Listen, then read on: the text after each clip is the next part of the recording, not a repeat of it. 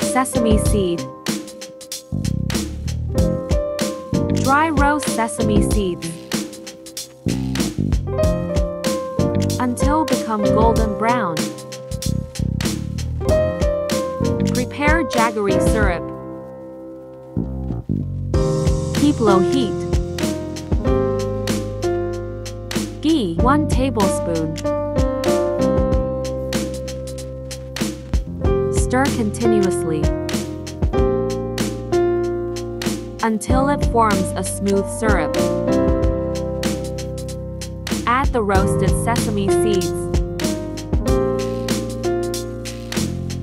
Mix well until evenly coated.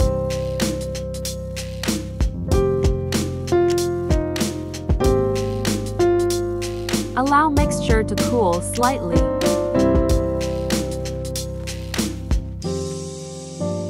Keep at room temperature.